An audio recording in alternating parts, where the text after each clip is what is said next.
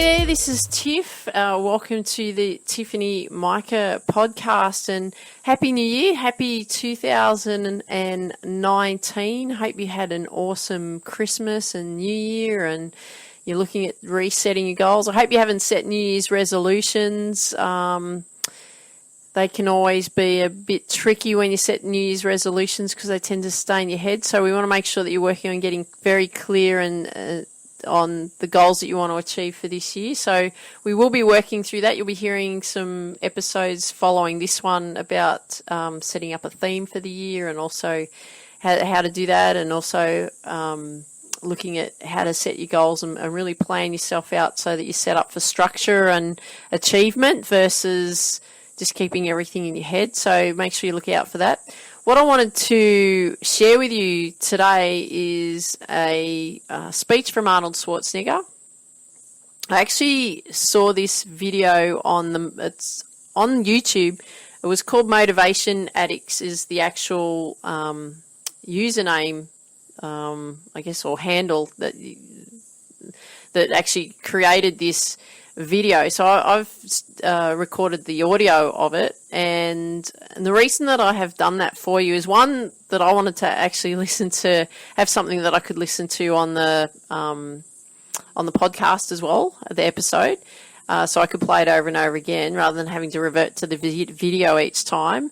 And the other thing is, because I've had a lot of downtime, like mental downtime throughout the late December and early January, was I was able to give myself that headspace and so on. I was able to let some things in. So this speech that Arnold Schwarzenegger had given, I think it was around 2017, and the Motivation Addicts actually put this together, like the best of his speech in a great structure. So it goes for about half an hour, but it is an absolutely fantastic speech. And when I first heard it, I must have listened to it about 5 times a day for the first 5 days or something like that.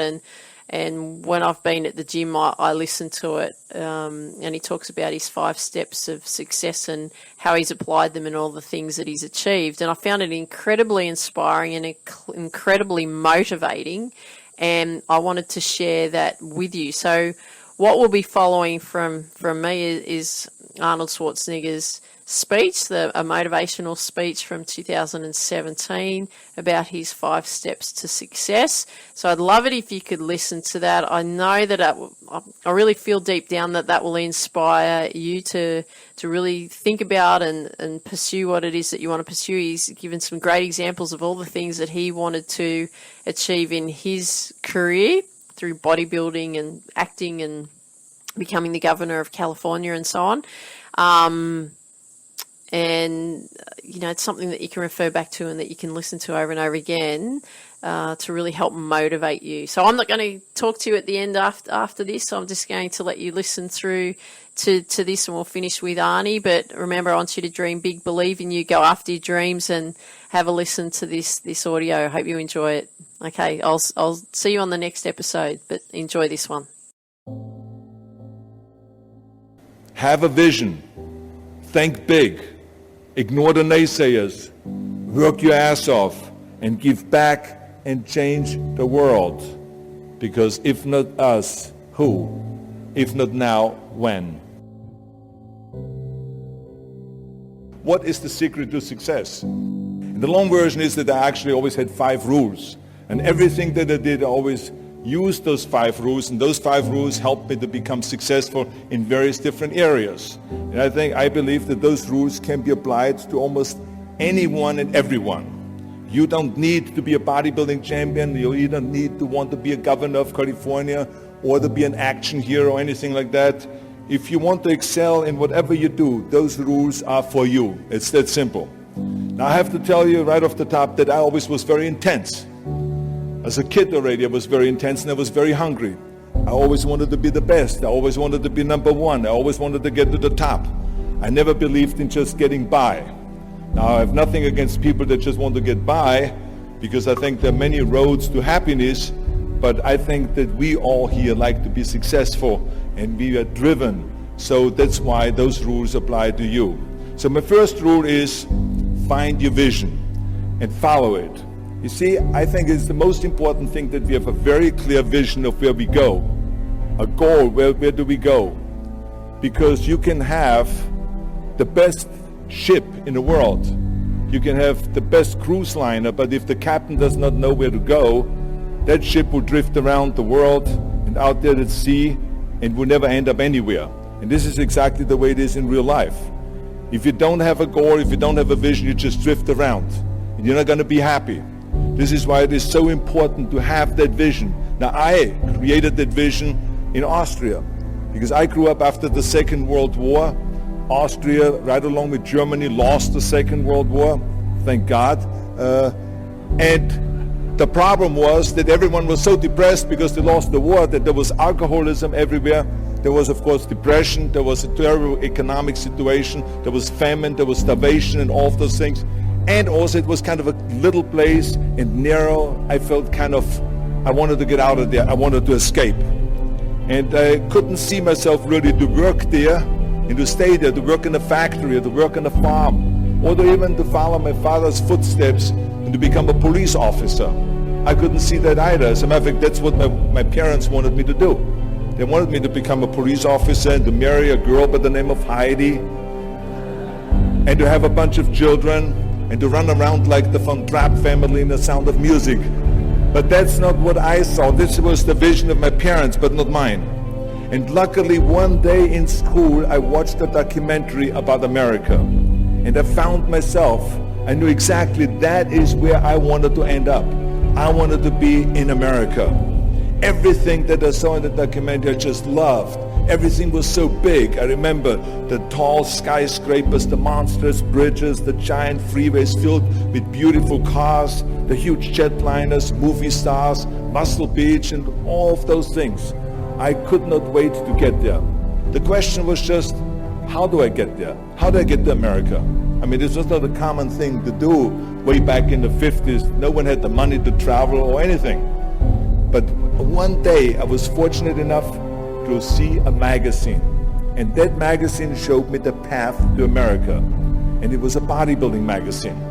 And on the cover was this very muscular guy that was standing there like Hercules with a Hercules outfit. His name was Reg Park. This Reg Park was on that cover, and I remember the cover said, Mr. Universe becomes Hercules star.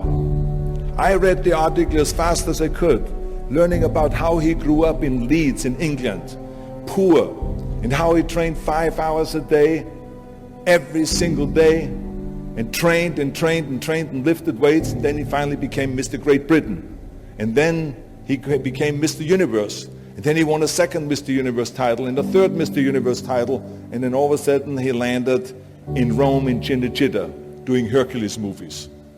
And there he made millions of dollars, and this money he took and bought himself a gymnasium chain in South Africa, and he became a successful gymnasium owner. And as I read, I became more and more certain about my own future.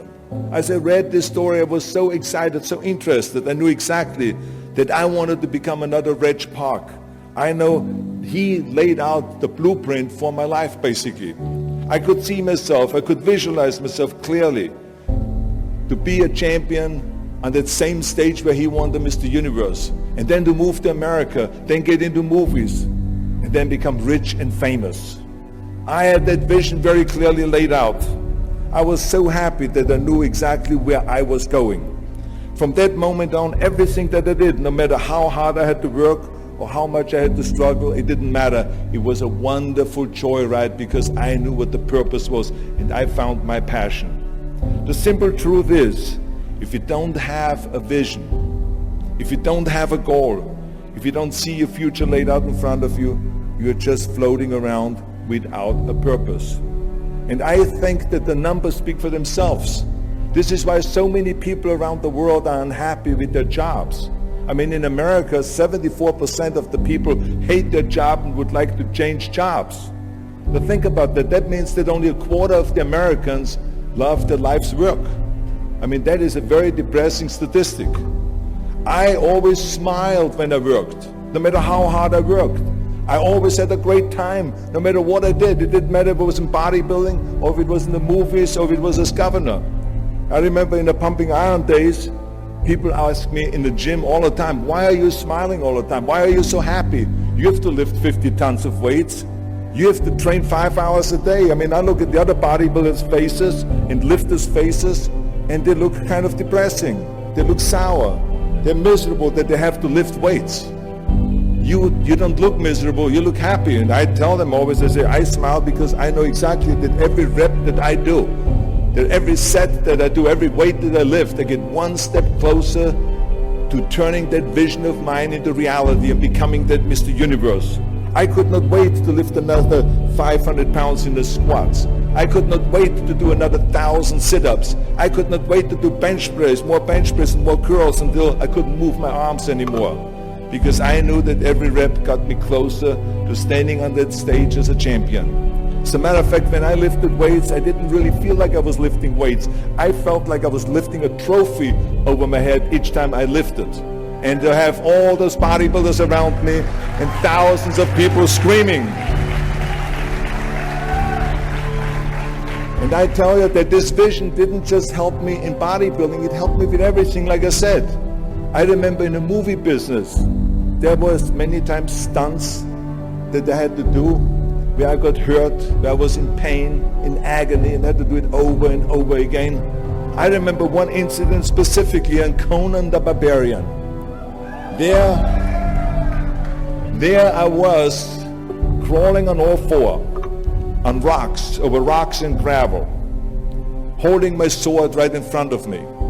And as I was crawling, the camera followed me, and it was around 30 feet that crawl on those rocks and this gravel. And eventually, after 10 takes, my elbows and my knees started bleeding and hurting. And the director came to me sheepishly and said to me, he says, do you mind if we do another take? I need a close-up of you. And I said to him, no, I don't mind at all. I said, go and do as many takes as you want. He says, no, I don't want to do that because I know you're in pain, you're bleeding. I said, no, I don't feel any pain. I said, the only thing I see is the finished scene. I see the finished scene of me crawling on all four with my sword in the front, crawling up and sneaking up behind Thulsa Doom, the main villain of the Conan movie that killed my parents, and rising up behind him and cutting his head off. That's what I see. Remember, crush your enemies, see them driven before you, and hear the lamentation of their women. So this is why, because I visualized that scene, this is why I did not feel that pain. I did not care if I was bleeding on my knees, because I know that pain is temporary, but the film is permanent. And I explained that to the director, so this is why I try to tell you, always discover your vision, and the rest will follow. Now my second rule is never ever think small. If you're going to accomplish anything, you have to think big. You have to go and shoot for the stars. The biggest challenge most people have is because they think small. And the reason why people think small and why they choose small little goals is because they're afraid to fail. They know that if you shoot for a big goal, then the chances of failing are very high. And they're afraid of failing. It's one of the most common things why people are frozen and why they can't make a move in life, because they're scared of failing. I say to myself, hey, I'm not worried about failing because that's part of life. You're not going to go and win everything. And how far can you fall? Look at this. This is the ground. That's as far as I can fall. And you know something? That the only time you really consider the failure is if you fall and you don't get up. But if you get up, you never consider the failure. So I never considered myself a failure. I always considered myself a winner, even though I fell every so often. But I always got up and I always moved forward. This is the important thing. I never had any patience, of course, for thinking small, because in German we have a saying, wenn schon, denn schon.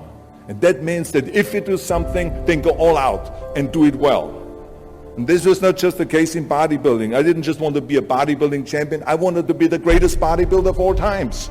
I wanted to have the most muscle, the most muscle of all times, the most definition. I wanted to win the most trophies, the most world championship titles. I just wanted to be the best. And the same is also in movies. I didn't just think about being in movies. No, I wanted to be a movie star. I wanted to have above the title billing. I wanted to become the highest paid entertainer. I basically wanted to be another John Wayne. What's wrong with that?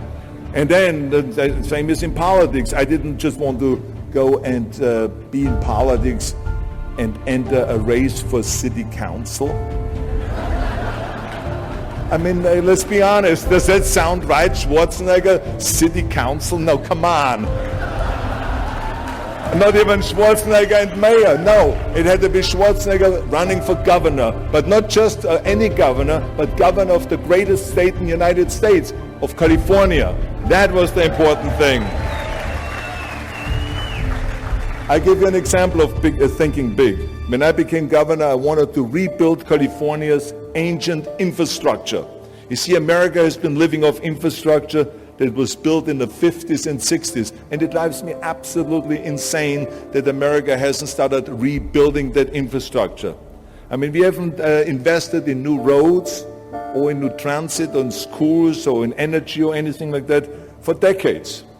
The number of cars that we have now in America are 4 times as many as we had in the 60s. So therefore, we should be having 4 times as many freeways, 4 times as many tunnels, 4 times as many bridges and all this. But we don't. So this is why I wanted to get our act together and do the upgrading, at least in California. So when I talk about infrastructure, I didn't really want to just fix roads and fix and close some holes on the roads. I wanted to build massive freeways on top of freeways. I wanted to build the first high-speed rail in the United States. I wanted to build more bridges and more tunnels, more on-ramps and off-ramps. I wanted to see literally cranes everywhere. Well, there was no excuse for Californians to get stuck in traffic, and there was no excuse really to send your kids in overcrowded classrooms in schools, and there was also no excuse that Los Angeles has a 100-year-old sewage system. That's shitty, I think.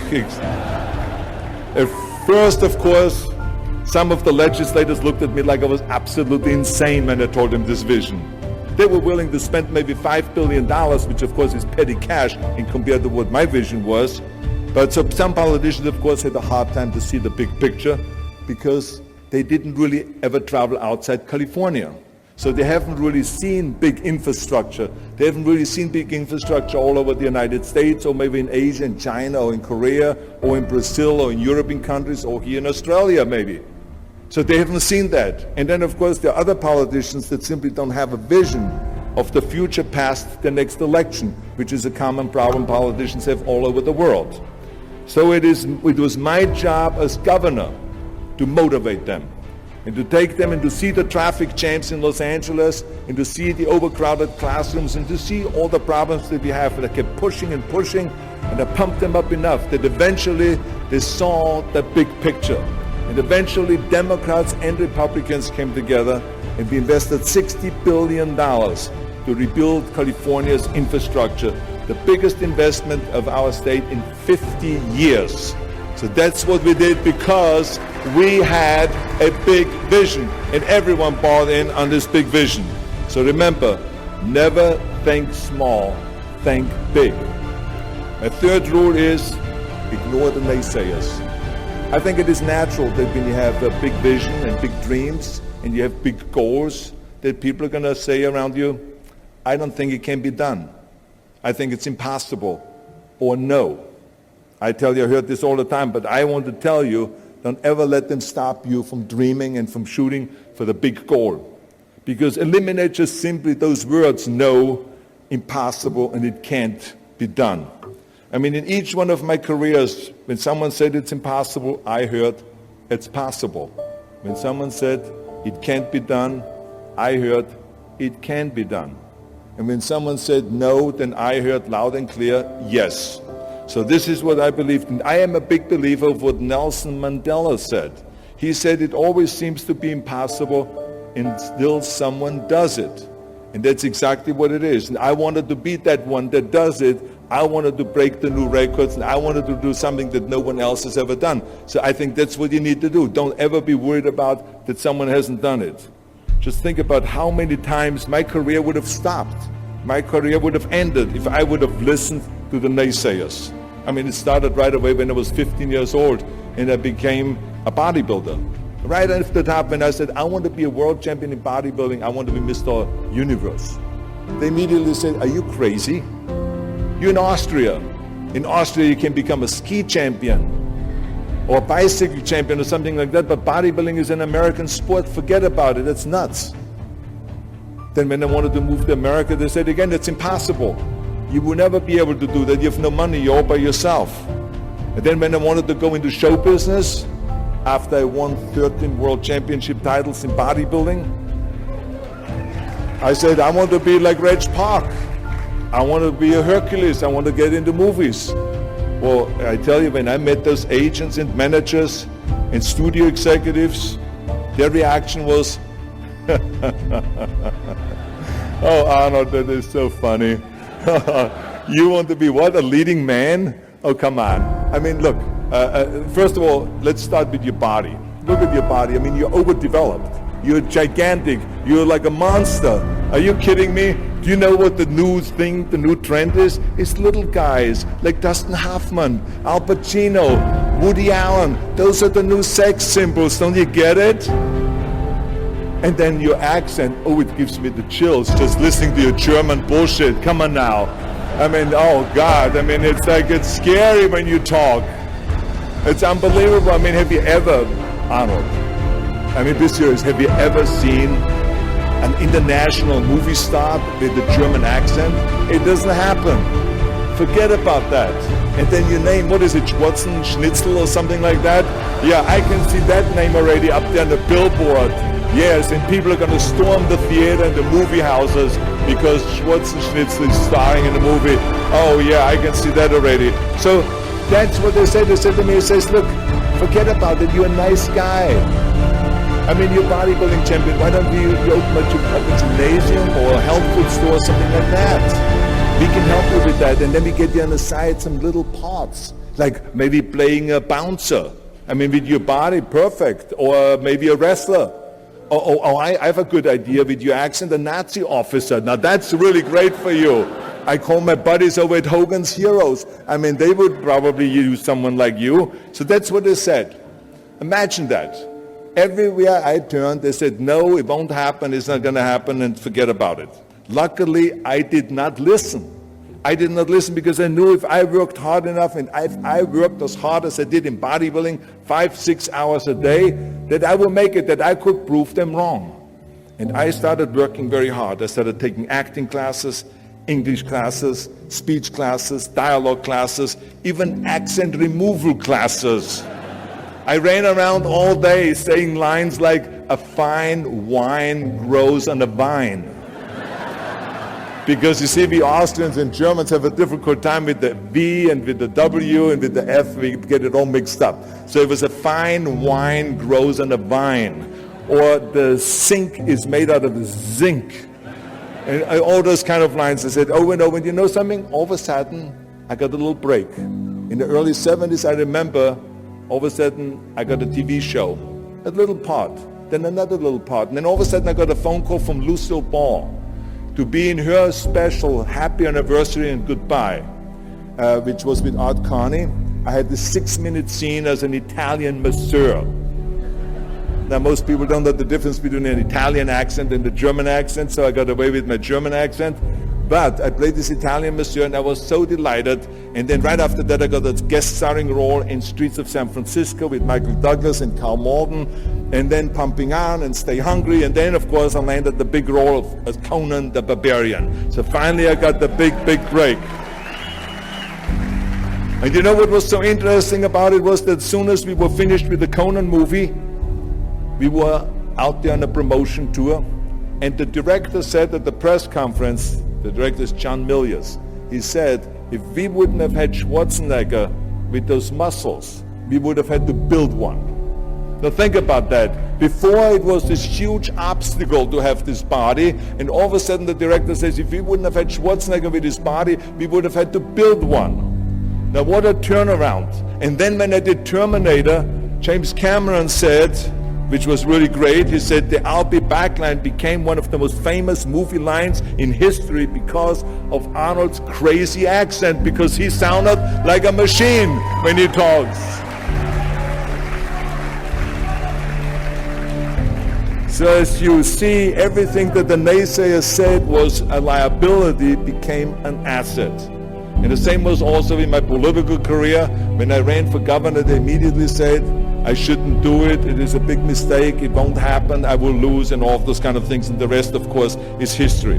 The bottom line is, if I would have listened to the naysayers, my career would have ended when I was 15 years old. I would be still yodeling in Austria, in the Alps, and I would not be talking here today to you. And the reason why I'm here today and talking to you is because I did not listen to you can't, or it's impossible, or no. So I just recommend to you very strongly, ignore the naysayers.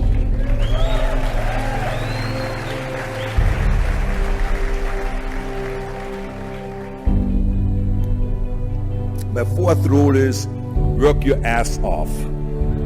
Nobody ever stumbled upon success by accident, except maybe the guy who found gold in California.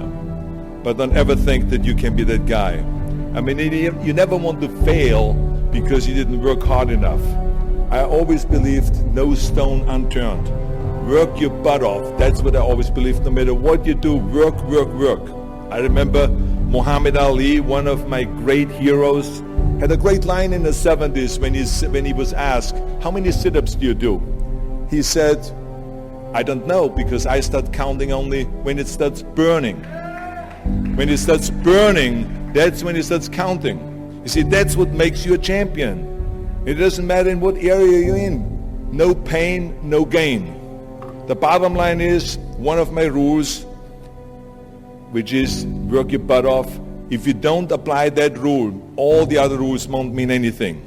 I mean, it drives me absolutely nuts when people say, I don't have time to work out. Haven't you heard that many times? I don't have time to work out, or I have worked so hard all day, I'm tired, I cannot work out anymore, or I cannot read another book, or I cannot improve myself, or I don't have time, or I work so hard that I cannot really improve my business, or I cannot grow as a person, or any of those things. What the hell are we talking about here? I mean, the day is 24 hours, you sleep 6 hours, so you have 18 hours left. I mean, I know there's some of you out there that say, well, wait a minute, I sleep actually 8 hours, but that's just sleep faster, okay? You don't, I mean, let's not get bogged down with this stuff here. Listen, when I came to the United States, I remember that I trained 5 hours a day, every day, and I was managing a construction business, and I was a bricklayer, and I went to college also, and I took acting classes from 8 o'clock at night to 12 o'clock midnight. All of that in one day. Every day I did that. I did not worry about it. I knew that I had 24 hours and I didn't want to waste one single hour. Because I believe of what Ted Turner said, who is one of the great entrepreneurs who started CNN and so on. He said, early to bed, early to rise. Work like hell and advertise. So that's what I believe. Just remember, you can't climb that ladder of success with your hands in your pockets. You must work your ass off. It's that simple. And my fifth and last rule is, don't just take. Give something back. Leave your mark on the world. I believe that we all have an obligation to do something for our community, something for our state, something for our country. We must serve a cause that is greater than ourselves, because we all know that in the end we will be judged not by how much we made, but by how much we give. Ever since America greeted me with open arms, I've had this sense of responsibility, and I felt obligated to give something back to America, because I know that everything that I have accomplished is because of America. If it's my bodybuilding career, if it is my show business career, my political career, the money that I've made, my great family that I have, all of this is because of America. But I have to recognize the fact that America did not become the land of opportunity in this great country by itself. No, in history, people worked tirelessly in America. People fought and people died to make it the land of freedom and opportunity and the land of liberty. So now it is our responsibility, if we want to keep it the number one country in the world, to work for that and to give something back to that country. And it doesn't matter if you're in America, or if you're in Australia, or if you're in China, or if you're in Japan, or in Italy. It is the same thing. You all have to give something back to your country, no matter where you're from. Now, I love the words of my father-in-law, Sergeant Schreiber, who started the Peace Corps, the Job Corps, legal aid to the poor during the Kennedy and during the Johnson administration. He was the #1 public servant, and he always inspired me to become a public servant. He was one of my heroes. He said at Yale University at a commencement speech, he said to the students, tear down that mirror. Tear down that mirror that makes you always look at yourself. And you will be able to look beyond that mirror, and you will see the millions and millions of people that need your help. And I saw those millions and millions of people. And this is why I tried to take every opportunity that I could to give something back. I started training Special Olympians, people that were intellectually handicapped, to help them with weightlifting and powerlifting. I became the international powerlifting coach and the torchbearer for Special Olympics. Then later on, I joined the Simon Wiesenthal Center to fight prejudice, so we don't have the things happening again as we had during the Second World War, during the Nazi Reich. And I joined also the President's Council on Fitness. I became the chairman under President Bush from 1990 to 1993. To be the chairman and to promote health and fitness in all 50 states. I traveled all 50 states. I started after-school programs for the most vulnerable children, for inner-city children, to make them be able to say no to drugs, no to gangs, and no to violence, and to say yes to education and yes to life. And every single time I reached out and I gave something back, I felt fantastic. Nothing made me happier. I would rather play chess with an 8-year-old kid in an after-school program or play golf, a round of golf with a Special Olympian than go down another red carpet of a movie premiere. And I have nothing against movies, but to give something back to me is more important than just to think about myself. Eventually, the joy of giving back was so great that I decided to become a public servant full-time and to turn my back, actually walk away from my career as an actor. After I finished promoting Terminator 3, I jumped into the race, into the governor's race in California, and I ran for governor. And even though my friends advised me not to do that, they said, are you crazy, Arnold? Don't you understand that you would lose now this $20-30 million a movie that you're getting paid? And they will only pay you $178,000 as governor a year? Well, I didn't care, because I knew that all the money that I've made and to be in that position in the first place to make this money is because of America. It was time to give something back. So I became governor, and I didn't even take the $178,000. I gave it back to the taxpayers because it was petty cash. It's the last thing I needed. And I can tell you that those 7 years were the most exciting and the most rewarding and the most gratifying years of my life. To work all day long, to solve problems and to serve the people was absolutely heaven. It was the best job I've ever had, but I also knew that eventually it's going to come to an end. And after 2 terms, it did come to an end. But when it came to an end, the one thing that didn't come to an end and was not finished was my desire to be a public servant and to serve the people. And this is why I continued to work for Special Olympics. That's why I continued to work on fighting my fitness crusade and traveling around the world to promote health and fitness. And this is why I continue to support after-school programs, and we even started the Schwarzenegger Institute at the University of Southern California to continue to inspire students and leaders around the world to find solutions to complicated issues and to give back and to make the world a better place. So thank you. But I tell you that I was very fortunate that I had great heroes. I had great heroes that I could look up to, and I mentioned 2 of them, Muhammad Ali and Sergeant Schreiber, my father-in-law. But there's other great heroes like Gorbachev, Reagan, Mandela, great leaders like Mother Teresa, Chancellor Kohl, and Churchill, and the list goes on and on. I mean, those people had such an impact on the world, single-handedly, they've changed the world. I mean, if you think about just Gorbachev, I mean, this man, every time I meet him, I'm in awe.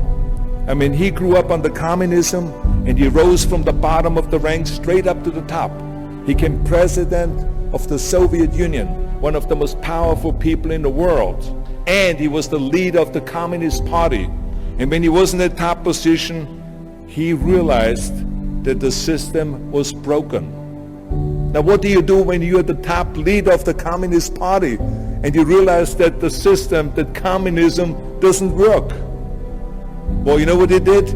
He dismantled communism. Think about the courage that takes. I mean, the guts that it takes to do that. Think about that Gorbachev completely transformed his country with glasnost to give his people for the first time freedom. And then through perestroika, by reforming Russia's economy. He didn't wait for the next president. He didn't complain. He simply said, if not me, who? And if not now, when? So I feel very strongly all of us need to have